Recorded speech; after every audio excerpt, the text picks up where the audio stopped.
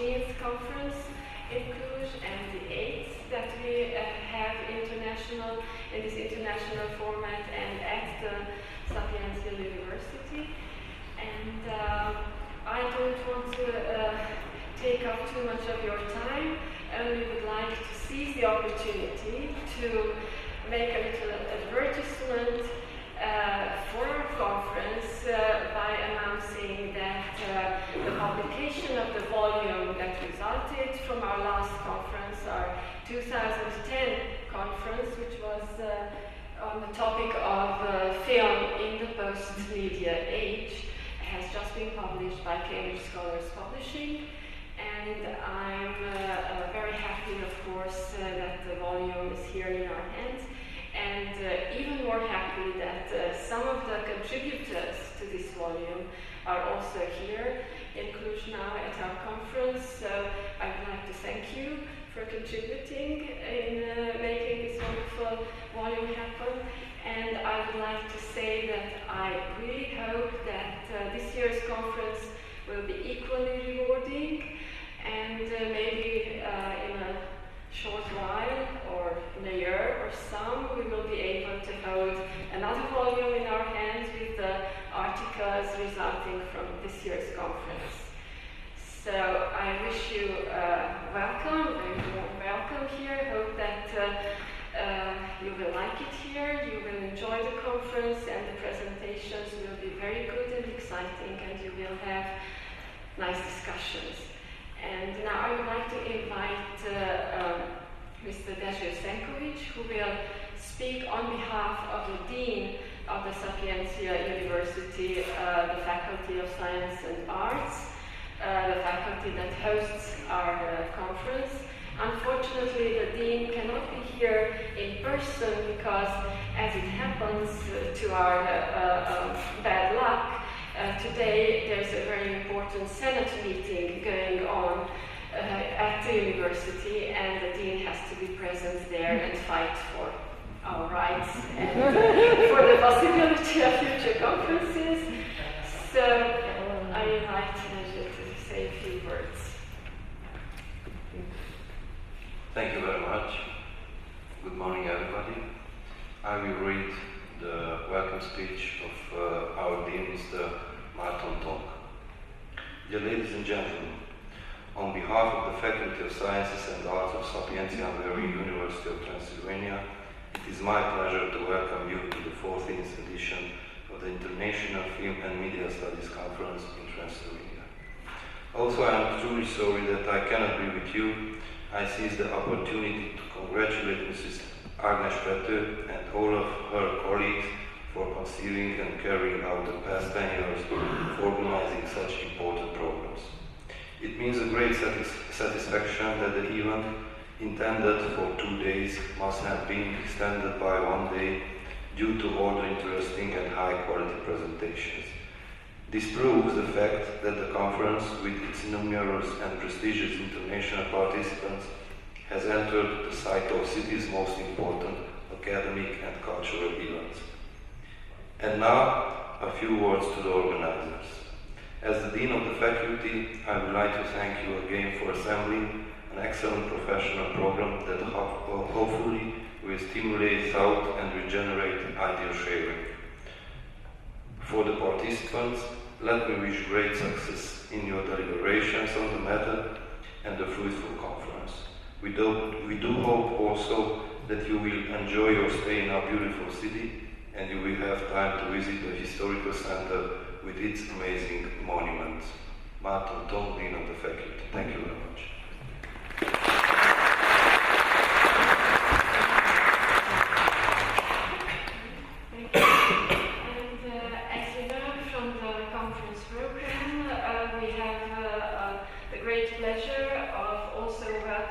Two distinguished scholars as invited keynote speakers for our conference, who are also here. I would like to welcome them in person also. Professor Yvonne Spielmann, who will be speaking today, and Professor Laura Marks, who will be speaking tomorrow. And today's opening keynote speech will be delivered by Professor Spielmann. she needs no introduction, but I will say a few words nevertheless. I think that we all know her works, and both her works and Laura Marx's works have been a great influence on how we think about intermediality, how we think about sensuous and embodied cinema, how we think about relationship of old media and new media, about video, about traditional art and new media art, digital art. So this is really absolutely a great joy to have them speak at our conference and for us to have the opportunity to have discussions with them, hopefully later. And Professor Spielmann's most important works, I hope I won't forget any of them in chronological order, at least the ones that defined mine upbringing as a scholar, were a monograph written on intermediality in the work of Peter Greenaway, then very important work on video entitled Video, the Reflexive Medium, which has just been published and printed in Japanese, if I'm right, and is due to be also translated into Polish. And she also has a book that I haven't read yet on hybrid cultures, and which is due to appear, it was written in German and is due to appear, be published next year? This year? This year. At the MIT Press, yes. These are only the books, but she has also published a number of articles in several important journals. She has also contributed to, as editor, to lots of volumes and journals, scientific journals. And let me inform you that she's not new to our university. She has also collaborated with us in the past. She generously accepted to be a member of the editorial board of our university scientific journal on film and media studies. She also contributed papers, important articles to that journal. She's also contributed to this volume, Film in the Post-Media Age. And on top of all that, she has also been here in person before at our 2008 conference, which had the title New Waves. So welcome, and I'm really happy that you can be here again.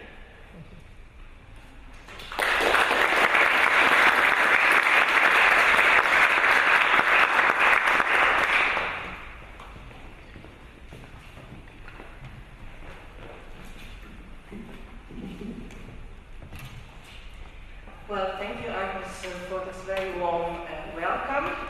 And I'd also like to thank you and the team for organizing and hosting the conference, and in particular I'd like to thank you once more, and experienced before in another conference, once more for this great and generous hospitality and bringing us all here and bringing us here together.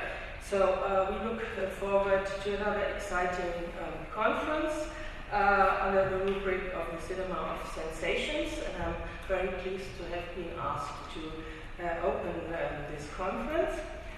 And I've chosen to talk about seeing to believe and sensing to know, and I have prepared some audiovisual materials to underpin my reflections. So theories and histories of film perception generally review film experience in relation to the projection of light images in the institutionalized form of cinema, where we view the world as it exists on the screen from a safe distance. For the most part, the discussion refers to paradoxical phenomena produced by the cinematic apparatus itself. That we are seeing a series of still images on the film strip as a representation of continuous movement on the one hand, and that we are at the same time recognizing the persistence of our vision, which is grounding the film experience on the other hand. To remind, persistence of vision was evidenced as early as around 1912 by Max Wertheimer in scientific experiments with the illusion of movement, which occurs in the perception of two separate fixed points or lines seen consecutively. Both parameters are usually fused to constitute ordinary film viewing experience. They sustain the enjoyment of what is represented by means of time-based media moving images. However, the apparatus and the perceptual functions have also been dealt with separately. In a wider view of visual culture, the aim of sensory perception of illusion refers to a system of believing what you see via visual evidence, while cognitive knowledge of the underlying mechanism triggers our intellectual capacity to perceive coherence in vision. Throughout the history of vision in modernity, both aspects, the sensing and the knowing, have been subject to various experiments within and also out of cinematic performance of moving images. In modernity, we can roughly identify two major conceptual frameworks that have been guiding the discourses about visual recognition. They are grounded in emotional and sensational response on the one hand, and in thought processes on the other. The first operates as a belief and witness system, where you believe what you see, because you are culturally and socially trained to accept and adapt to the presumption that the representational forms of images in media, such as film and television, are referential to the unfolding of events in real time and real space. The second is based upon intellectual engagement and expert knowledge, where you reflect mixed multisensory experiences and your own physical presence in relation to the viewing condition and the media system to make sense of what you subjectively perceive at a specific moment in time and at a specific moment in space. For a long time, the two ways of visual recognition have been attributed to diverse aesthetic concepts in schools. While subjective, sensual, and emotional feelings guide the primary accent of seeing and believing, objectifying scientific and measurable accentuations of sense data foster the preference of knowledge-based appropriation of the visual and furthermore multimodal stimuli. The divergent tendencies get highlighted in different approaches of modern painting, most prominently executed in the paradigms to paint what you know and to paint what you feel, referring to the conceptual understanding of painting as science or imagination. In the first decades of 19th century, it is English landscape painter John Constable who, in a series of lectures on landscape painting, had proposed to paint after nature in an almost scientific way. He understood painting as a scientific production of art and not as a composition out of imagination. Constable wrote, "Painting is science and should be pursued as an inquiry into the laws of nature. In such an age as this, painting should be understood, not looked on with blind wonder, not considered only as a poetic aspiration, but as a pursuit legitimate, scientific, and mechanical." Soon thereafter, when photography and the technique of the variable eye had succeeded as a new art form and were a formidable challenge to the idea of exactness in the depiction of nature in painting, a shift in painting from objectifying science towards subjective impression strikes especially the genre of landscape painting. By the end of the 19th century, what counts is the elusiveness and liveliness of the moment, the variability of sight, and the artistic expression of an immediate impression. In Claude Monet's Impressionist paintings, the philosophy of his time to express one's own perception is highlighted in a series of paintings of the haystacks and the Rouen Cathedral, as you will probably all know. Monet painted the same subject from variable points of view and under varying light and weather conditions depending on the time of the day. These paintings in series not only refer to the cut in time as introduced with the interval in photography and film. More importantly, they certify the subjective views of an eyewitness who describes, respectively, paints natural phenomena as he/she experiences them sensorially at a certain moment in time and space, which means a multitude, a plenitude of such moments. This 19th century approach towards seeing and vision is led by the belief that the visual representation of development in time should follow the concept of a compound image, a concept that is essential to the techniques of photography and film in 20th century and becomes the standard of digital image compositing in 21st century. Following, it comes as no surprise that the togetherness of the concepts was prominently conceptualized in film theory based on montage. It is said J. Eisenstein, in his reflections on the organizational principle of montage in formalist film praxis and theory, where he understands the contextualization of diverse facts as a way to visibly construct difference and antagonism. The difference within the shot, the smallest unit of montage, between the shots and the sequences, mediates and separates between contrasting, conflictuous, and heterogeneous views of reality. Resultantly, the aesthetics of collision shall provoke the audience emotionally and intellectually at the same time. Eisenstein's famous montage principle of abstract concepts get realized in the idea of an intellectual montage. It departs from the montage of film attractions that is replaced by pathos. The pathos was the guideline for Battleship Potemkin, inasmuch as pathos is replaced by ecstasy in the Yvonne films, which is meant to activate the viewer's emotional and intellectual responsiveness. By pairing pure feeling, sensation with awakening, the formalist filmmaker and theoretician Eisenstein aims to emotionalize thinking and to initiate creative ecstasy. That is because he believes in dialectics between the language of logic and the language of emotion. I briefly quote him: "Abstract cognition divorced from directly active effectiveness is unacceptable to us. And as a result, intellectual cinema becomes a matter of synthesis, convergence, and togetherness."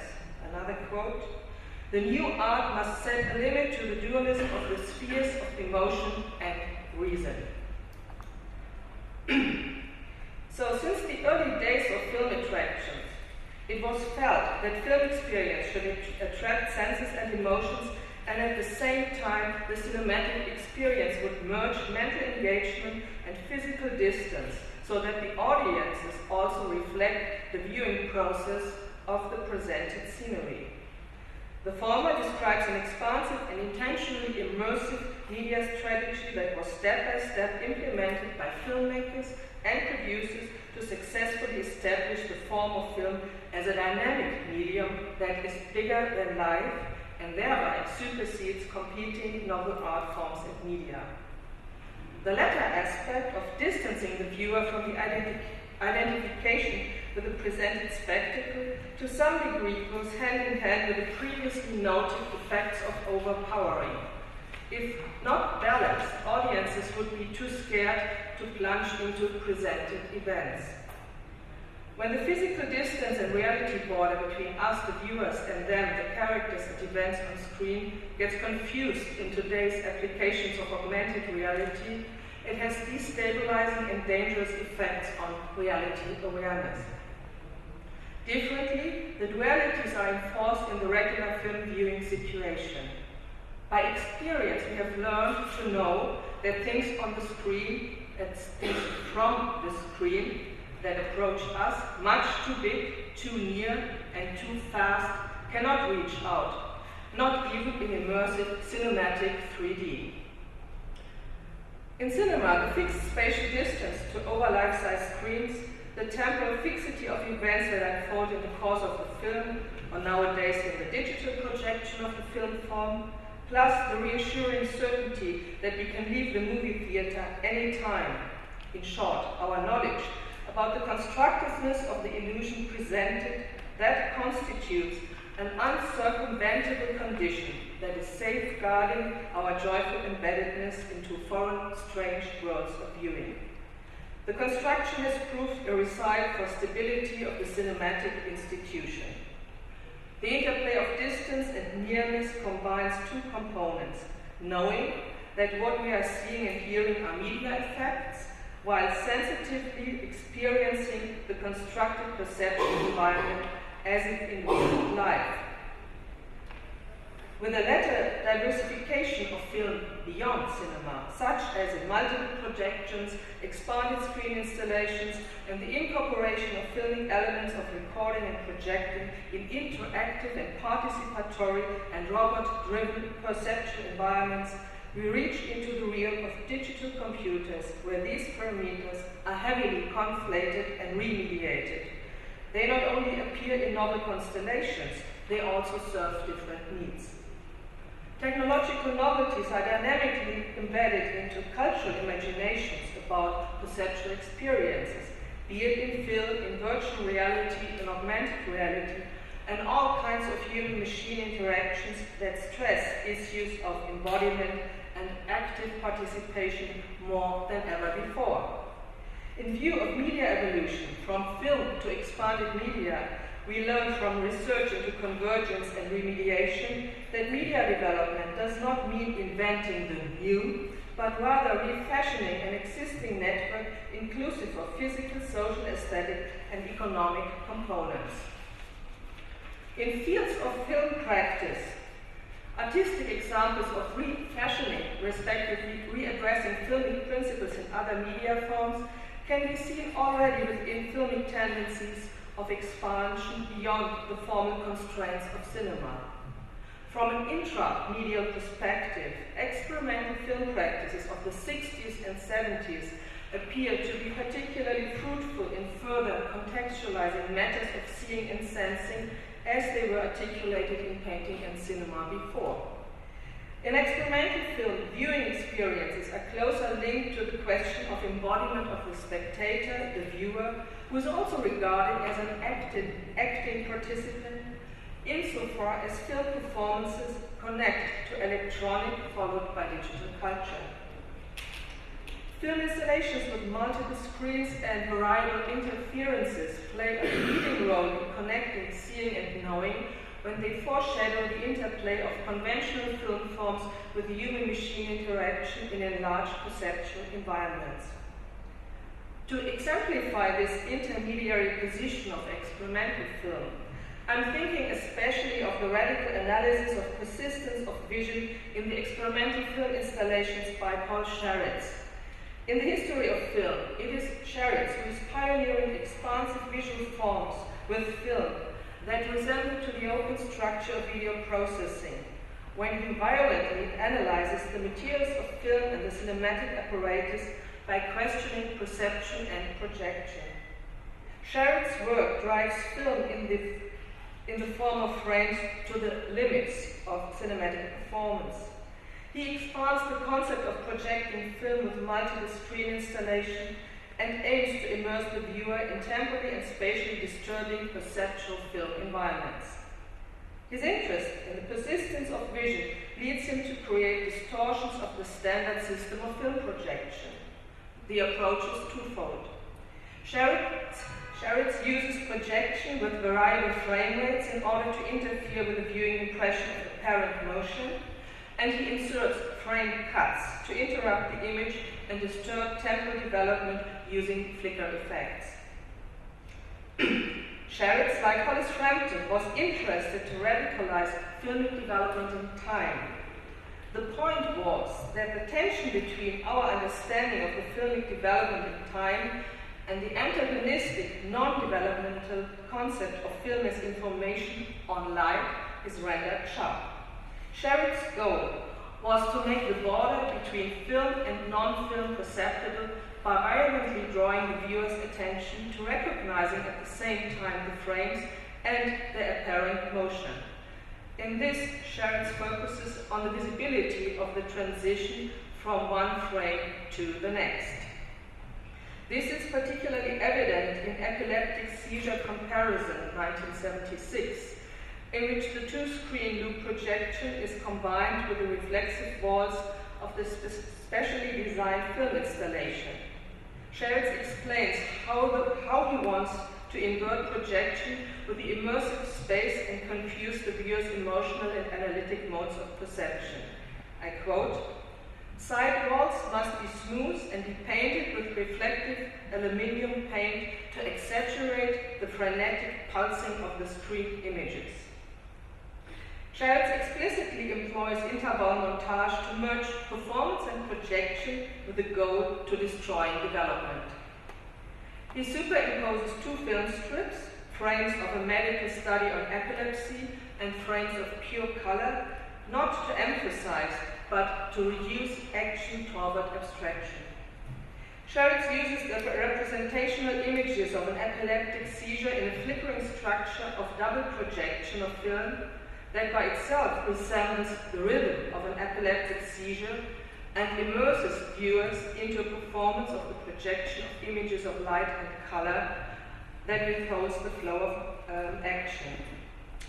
The reduction of visual information through its pulsating rhythm blurs the boundaries of external sight and inner vision. With the reduction of development through variable speeds, reflection on the viewing process shifts from knowing to seeing, inasmuch as Scherritz visualizes the paradox of an individual frame in motion. Once we can see through the structure of projected film images and perceive the individual frame, but also know at the same time that the image in motion that we see is necessary illusion, it will be harder for the viewer to interpret film movement in the sense of directional development. Scherritz's intervention is twofold. It generates awareness of the still frame and at the same time blurs the sense of differentiation. So I try to give you an example of this from a documentation of the installation of epileptic seizure comparison. Should work.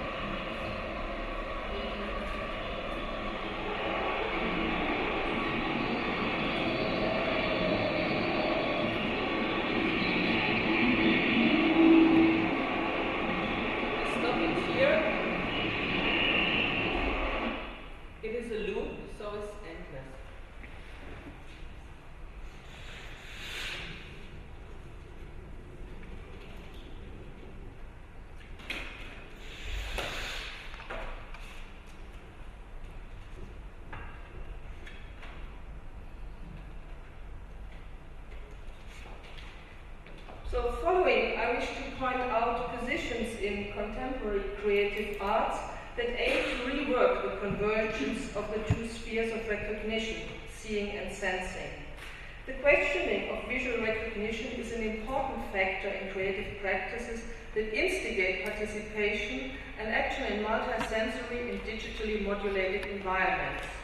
In view of densely networked media environments as they determine our contemporaneity and conflate the experience of present, past and future, visual cognition has come under critique, particularly in multisensory experiments and with changes of scaling.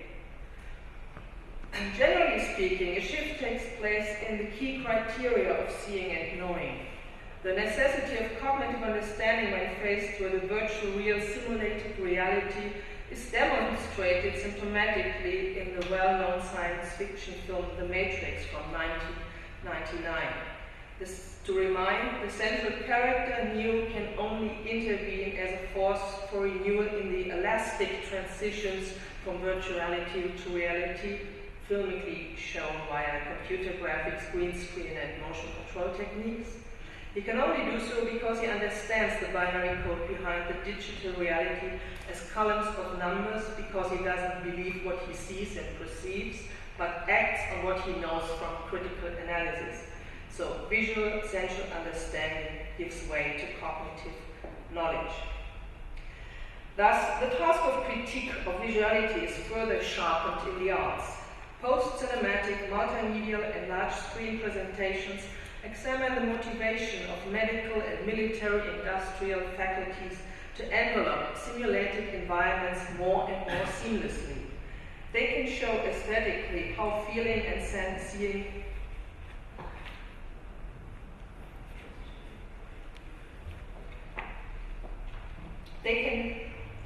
They can show aesthetically how feeling and sensing intentionally converge with the employment of augmented tools, respectively composite viewing technologies, and also demonstrate one-sided upgrade of sense perception that rather cuts off our curiosity to get to know what's going on behind the scenes in the real reality devoid of the screens.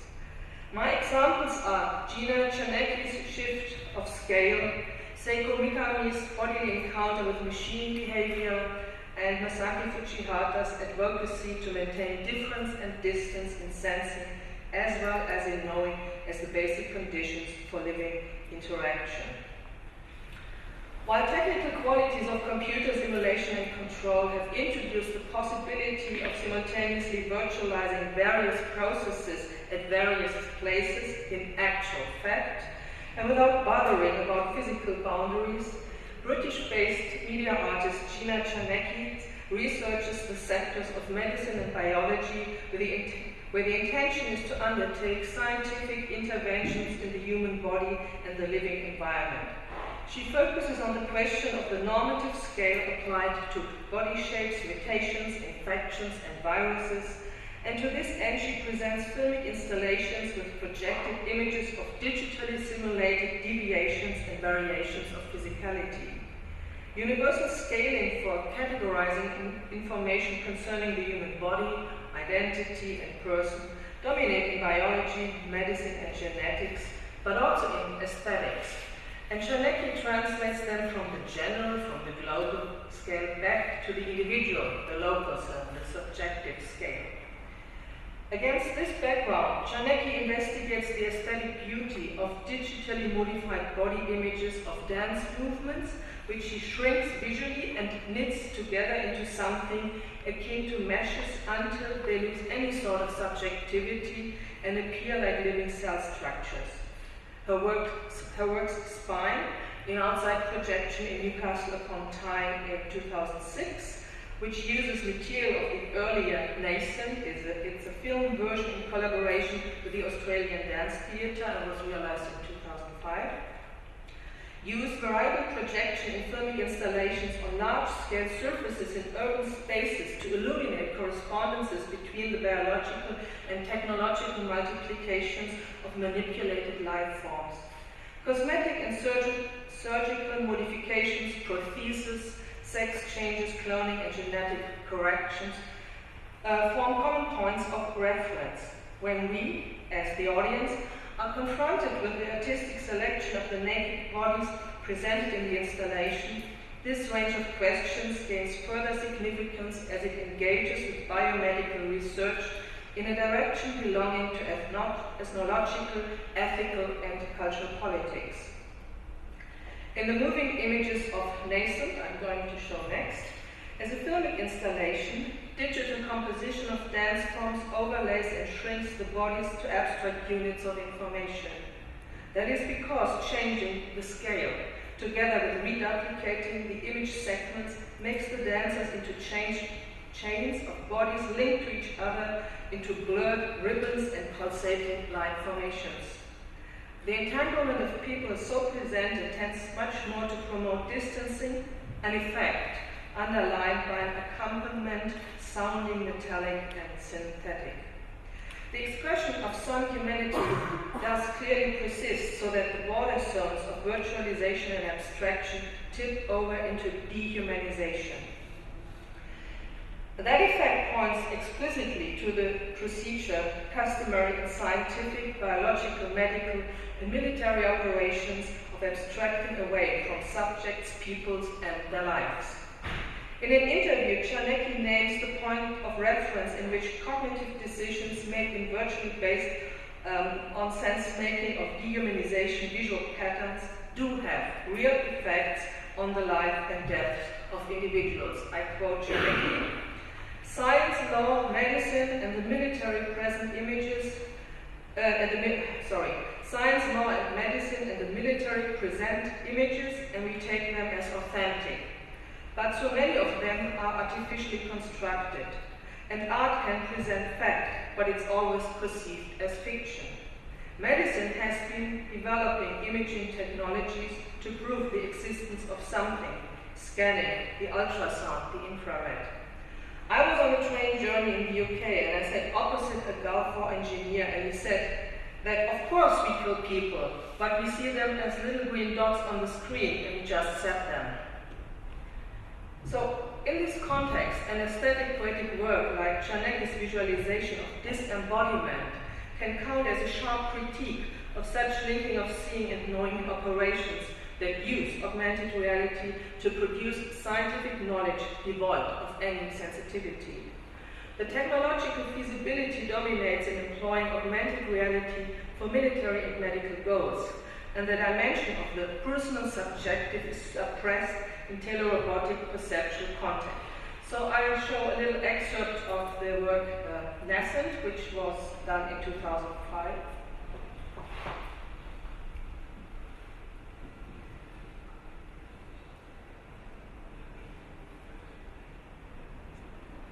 Jump a bit in the middle, if possible.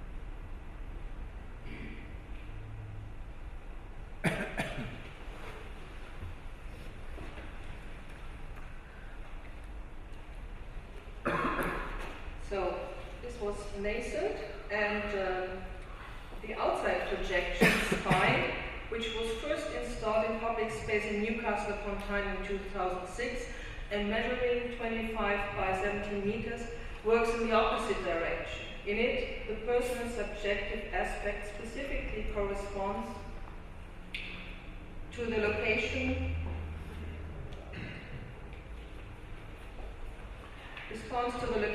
resembles a model and shifts into a dimension appropriate to exhibiting and viewing in public sphere.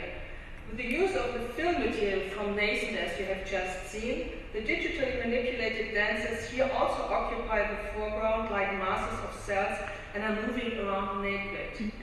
As a result, the medial presentation of spine shows the personal, very personal aspect as an example of the shifting of boundaries from the intersubjective into the supposedly objective public sphere of activity, where the representation is completely cut off from familiarity and emotional responses because of the changing of scale.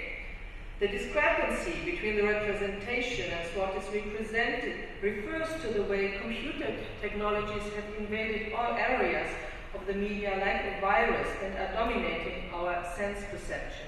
I show you a documentation of the installation Spine.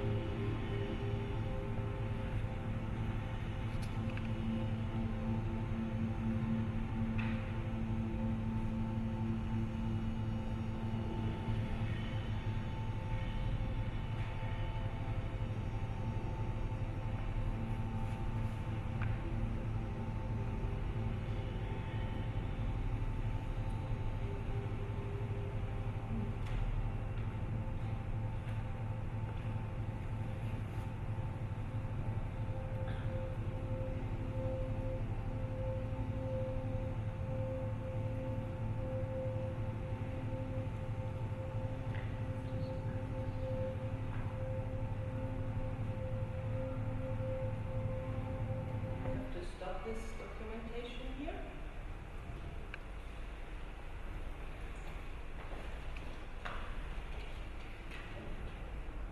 So my next, the second example is Seiko Mikami's large-scale spatial installation Desire of Codes, executed in the Yamaguchi Center for Media Arts in 2010 and in a enlarged version at the Intercommunication Center in Tokyo 2011, and it addresses our sense and sensibility in computer environments differently from the example just shown. Here, it also poses the question of what sort of inherent behavior the computer codes might have, and particularly when the capacity is to measure and moving, and that takes on an organic character. On the wall of the installation space, Mikami mounted 90 devices that are equipped with search arms that have small LED pointers and with cameras and sensors to detect movement and sound of the visitors as they approach the wall. The whole structure is targeting us, as if the technical apparatuses and the humans were different species entering into dialogue with each other. As the lights and the cameras follow the visitors' movements in space, the resulting effect is that the devices, which are driven by audible motors, move their arms searching for individual visitors like a buzzing swarm of mosquitoes. Each of the combined sensors and the cameras do capture and measure independently, but they are networked together in a computer system and attuned to each other in a sort of group behavior.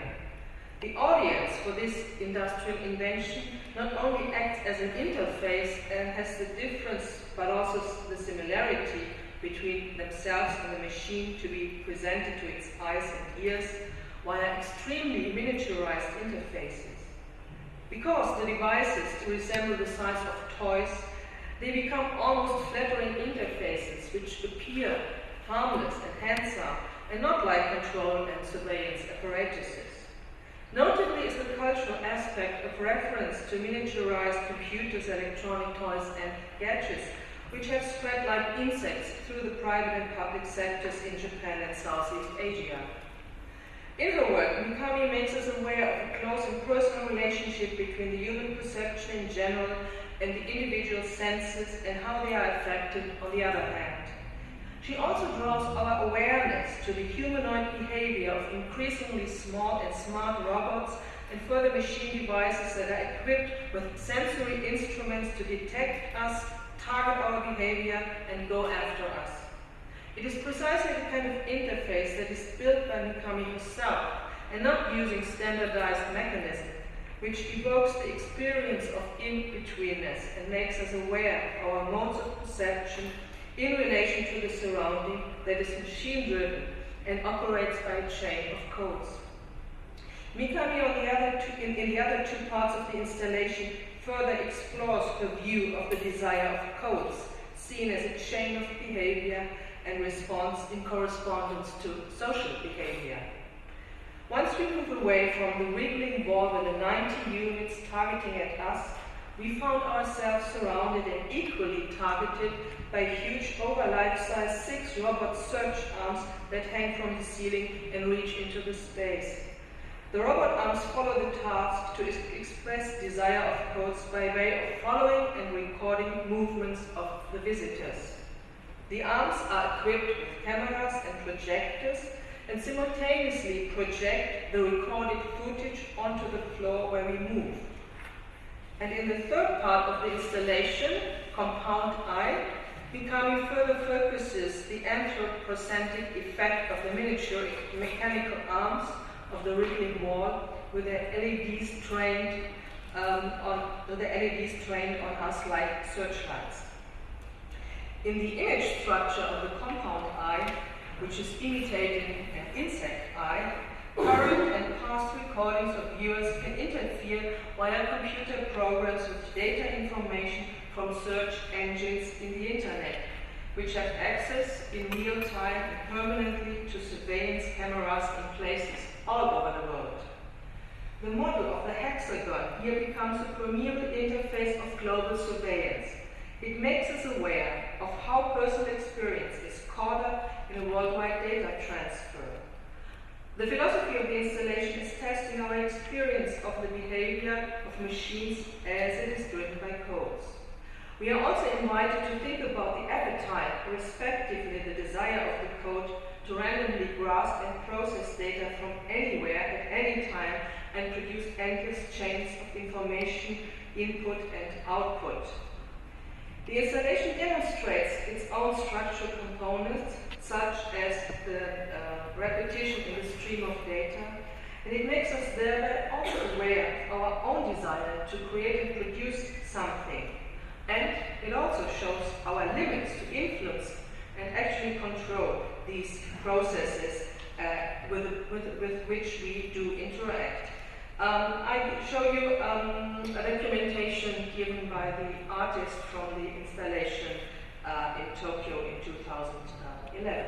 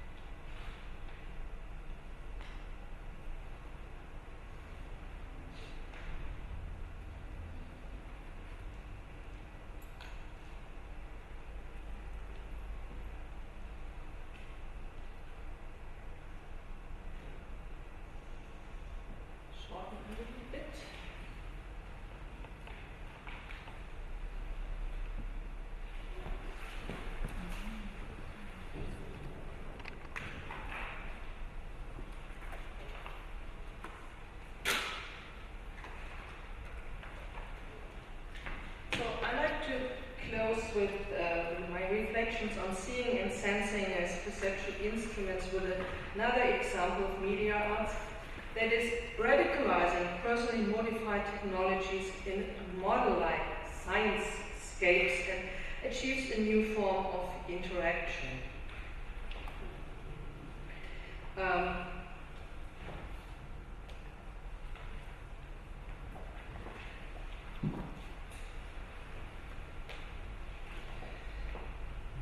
So this media artist Masaki Fujihata tests out in the area of the contact almost made between orchids and us. The difficulty of synchronizing computers in networks as a necessary operation for performing exact interactions between us and machines. This forms the point of departure for this experimental arrangement with orchids.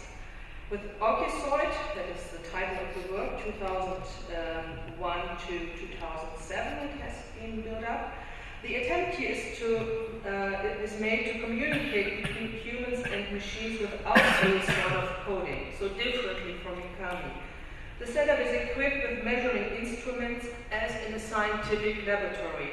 The interactive distance between individual plants is measured together with their behavior towards each other and their sensitivity to moisture, as when one of the two plants standing close together is watered but the other is not. The plants are in addition tested for their sensitivity like bio-robots, lifted onto hydraulic platforms and are driven in all directions at high speed, while projected images of botanical gardens run past them and imitate a real environment for the plants. The project was developed in collaboration with the botanist Jui Dogane, and Fujihata sees it as standing at the juncture of robotics and nature. I give a quote. In botanical ambulation training, footage filmed while walking through a botanical garden is seen being projected onto a wall. Orchids, mainly Cattleya, can see these projections from the baskets they are planted in. The aspects of tremor, acceleration, geomagnetism, inclination, and the images are being translated into impulses that shape the platform the flower baskets are sitting on, so that the flower baskets move perfectly in sync with the traveling of the images on the wall. Therefore, from the perspective of the orchids, it must feel as if they were being carried in the hand that actually holds the camera around the garden. What in the world could it be that the orchids are thinking while swaying gently on their metal pistons, watching pictures of a shaking greenhouse and devoting themselves to reproduction activities? Asks the artist. So this new sort of experimental arrangement is not just a critique of technology. It also advocates maintaining difference and distance as the basic conditions for living interaction. That is because when the sensory contact becomes too close and too strong, the vitality in dialogue is put at risk. To the extent this demonstration of plants sensitive to contact has a component criticizing the media by focusing on the ostensibly desirable removal of any distance and any difference in all versions of touch media, something that here does not, however, appear as a goal or way to more communication.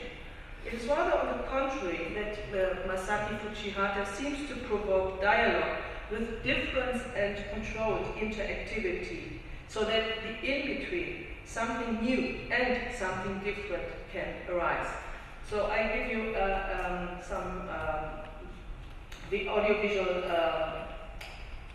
excerpt here from the installation Orchizoid. The demonstration is done by the artist, and he explains what he's doing.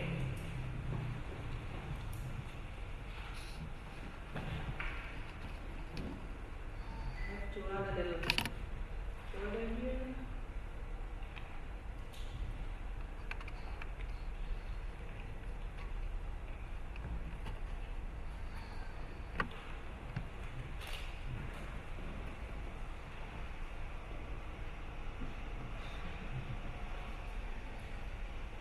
this display is showing the data from a leaf of this orchid. So this is the kind of a microvolt detector, normally used for checking the human brain wave. So this is a spectrum analyzed by a fast Fourier transformation.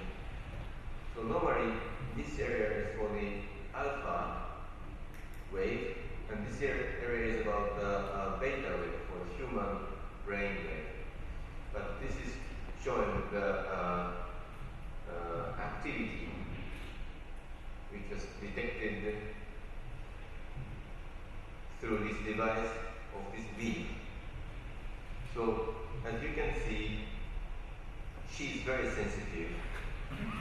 For example, when I lean my arm to her,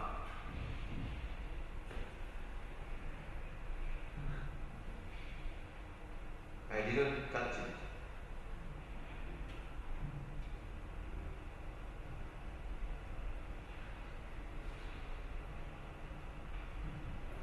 So we are using this type of sensor for detecting reactions from a leaf of orchid.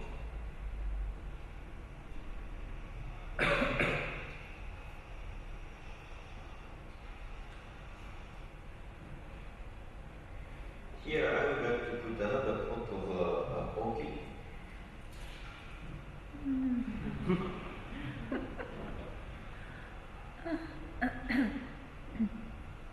There is no connection between two photos of orchid. And now I have a water here. There is about 15 centimeter distance. Look at this reaction from that leaf. I believe they detected the water was poured to another group of orchid. We should believe there is some connection between two plants.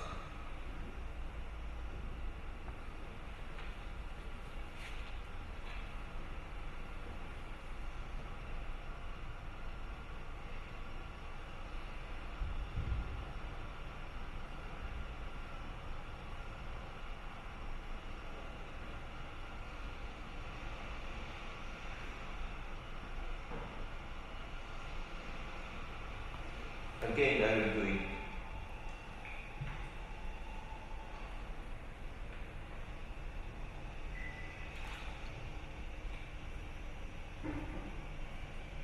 Okay. Here, I will show you another one.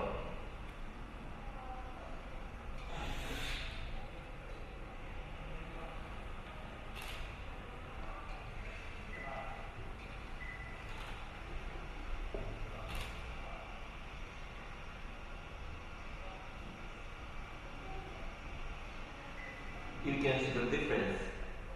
She is less sensitive.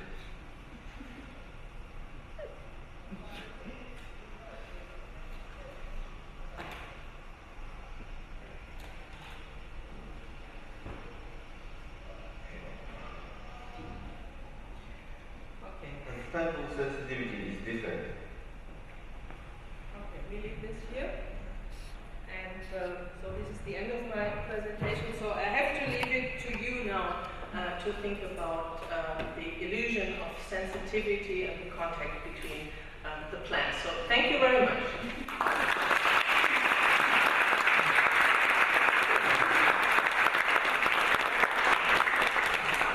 I was just thinking, at the beginning I had great apprehensions about having this keynote here at this setting in the middle of a building of a bank. Could it possibly be this location be any farther from a conference on the cinema of sensations? Nevertheless, I was pleasantly surprised that this location, this conference hall here is highly sensitive, as you saw, to the environment. So as the sun comes out and the room lights up, it goes behind the cloud, as it changes. So somehow the room was also perceiving your talk. Yeah. Us. And I hope that we managed to record it, so you will have a future demonstration like this. Do you have any questions, please? Everyone? Yes? I was wondering, I hope this makes sense, you were talking about seeing and knowing in cinema, which is an interesting subject in itself, this idea of what do audiences think they know versus what's the actual apparatus. But it seems like in work like this, that relationship has changed a lot, and that part of the idea is you walk into the room, well, in the case especially of these the robotic eyes, and you're supposed to be somehow stupefied, like they have no knowledge at all of how it works, or the knowledge is quite, you know the cameras, but in a lot of new media installation art, it seems like there's a different relationship between seeing and knowing now, and that it's sort of always working with new technology that's outside of the mainstream knowledge.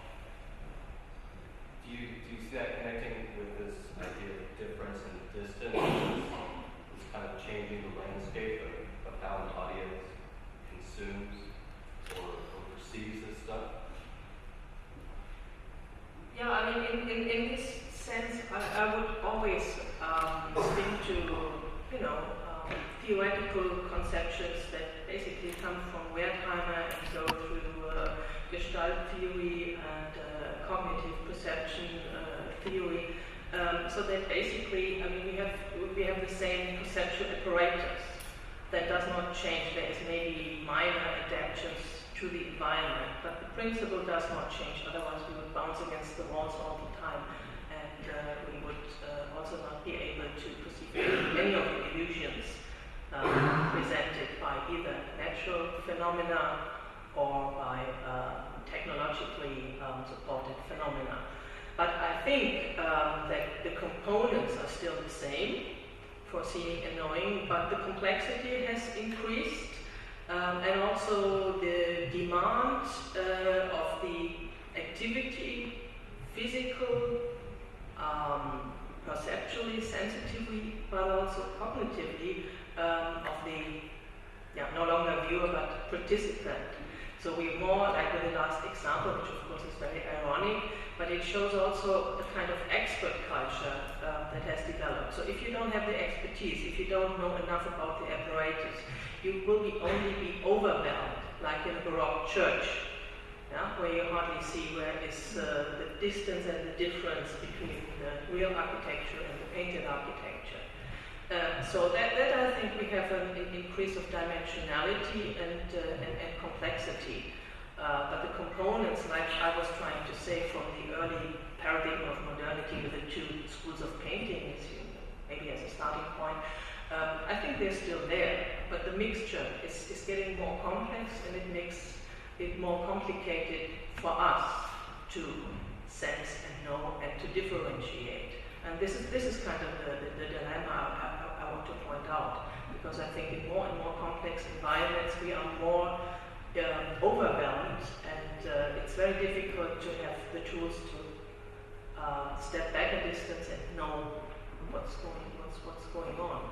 So this is my line: complexity, more dynamics, more demand of expert knowledge in order to understand what's going on. Does that help you? Yeah.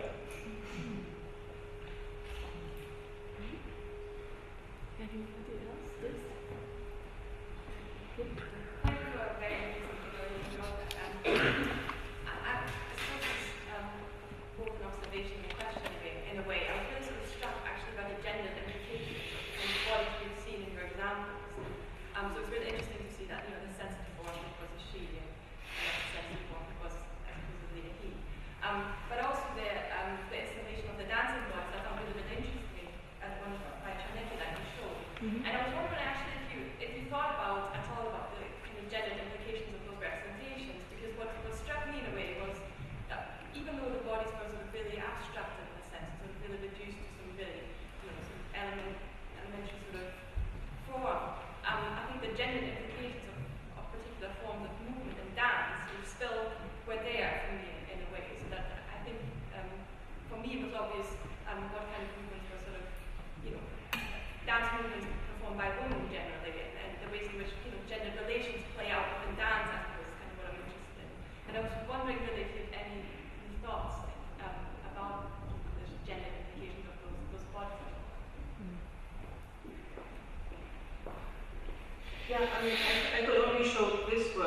other work by Czarnecki, also earlier work, where she did an installation and she filmed naked people standing in front of the camera and then put them in the series.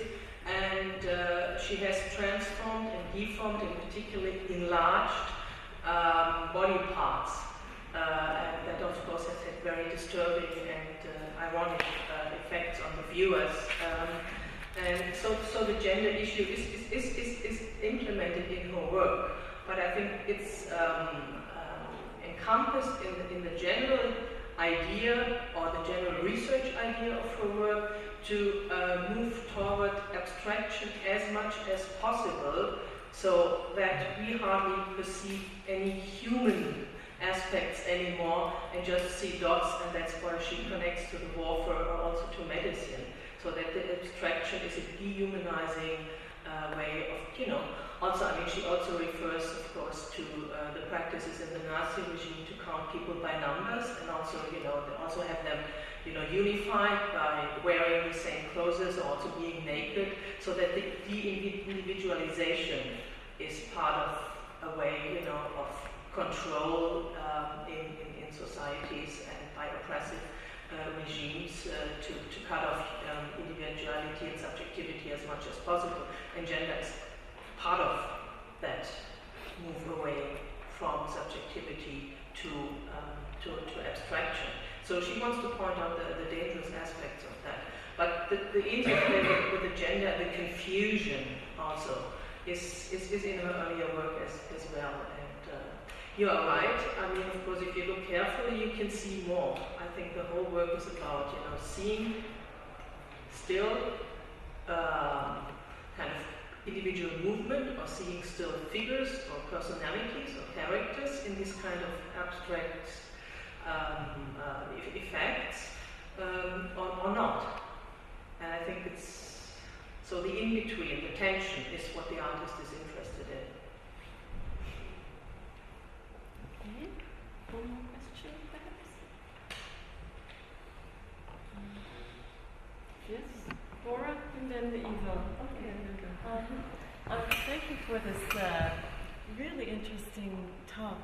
At this point, it's kind of an observation, but I'm sure you will enlighten me. Because I'm getting the impression that your talk is reminding me of Benjamin's comparison of cinema to a scalpel, cutting into reality. And it seems that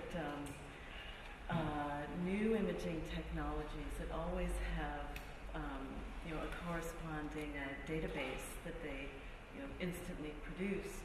As soon as they cut into reality and produce these kind of atomistic micro cinemas, they also produce a database. And I think that's what you're saying, that we get more seeing and also more knowing that seem to confirm each other, but it seems that what is reality is always kind of beyond the grasp of the technologies. I think. I mean, many of the examples are kind of to exaggerating the conflict in a way and driving it to limits. That was also my point of giving the historical example in experimental film, which also tries to put the representational possibilities to the limits of the media at the time, what they can perform. And in the same way, some of the examples, particularly the Japanese examples, I think are trying to do the same. And for me, this is a strategy of making us aware of the situation. I think this is what we can get from these works if we, view them and also think about them. And I think we have to think about what's going on because they provoke the mechanism. It's not just easy going in and be overwhelmed. They provoke, they disturb. And that's a way of, reflexivity in the very old sense. Thank you very much. Yeah, going back to your words about art being presenting facts but being perceived as fiction. Of course, I protected that also to the examples that you showed. And do you have a feeling then that with the experiences of, let's say, average viewer or spectator being used to mockery of science, to parody, to falsification, to the possibilities of falsification, that art and science are getting closer in that sense, that because of the fictional aspect also to science nowadays, that these two are getting closer. Well, no, I mean, there's a history that arts and science are very close. That goes back to Renaissance, as we all know. Even further to Greek mythology, the origin of painting, if you wish. Yeah, but that's then just limited to the focus of the viewer or user of painting. No, but also the question of how each discipline, so to say, can represent and demonstrate their achievements. So they always need to, they always use each other to justify and to mediate the results. I mean, illustration of scientific results, I think, is as old as scientific research. And it's always fictional in a way, because arbitrarily they use sort of diagrams and colors and so on and so on.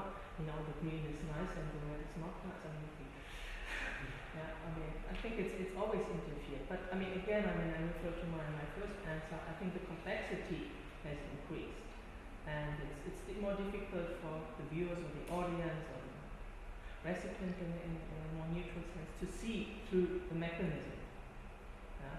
Because the more they use kind of this complex computer data and the more it looks scientific, and I think that's what the last example demonstrates, the more be easy to believe that this is the result. But it's completely made up. It's all mockery in a way. So I think that the confusion is increasing, but I would not see paradigmatic difference. I see paradigmatic differences or